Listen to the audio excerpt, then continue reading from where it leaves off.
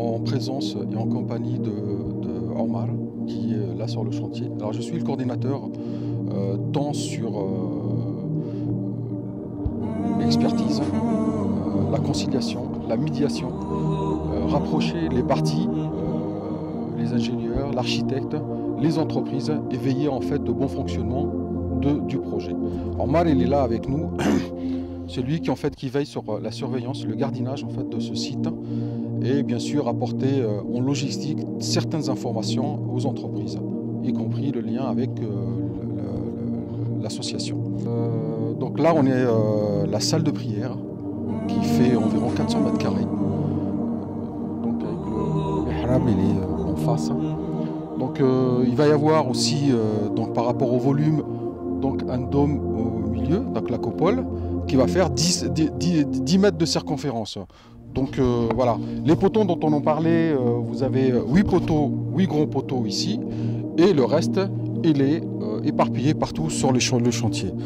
Donc également, donc, il va y avoir une ouverture donc, juste derrière nous, qui va faire la petite salle, qui va faire environ dans les 200 mètres carrés. À l'étage au-dessus, donc vous avez le premier étage, donc il y aura la salle des femmes, avec une ouverture qui va donner directement dans la grande salle de prière pour les femmes, et une deuxième salle qui va être exactement donc, identique en surface, donc 170 mètres, 170 mètres, donc en deuxième étage pour les femmes également. Bien sûr, on a présenté tout à l'heure, il y a un ascenseur pour accéder aux étages et aux salles, y compris aux salles de classe. Donc là, ce que vous êtes en train de voir, il va y avoir une future cour pour nos enfants. Donc il va y avoir de l'autre côté, donc ça sera l'entrée de l'école, une autre entrée bien sûr. Et là, en fait, on aura, là vous avez en face de vous, à l'étage au-dessus, il va y avoir les classes. Donc on aura 16 classes avec une classe de conférence, y compris une autre classe tout autre qu'on va utiliser bien sûr pour une réception. Voilà.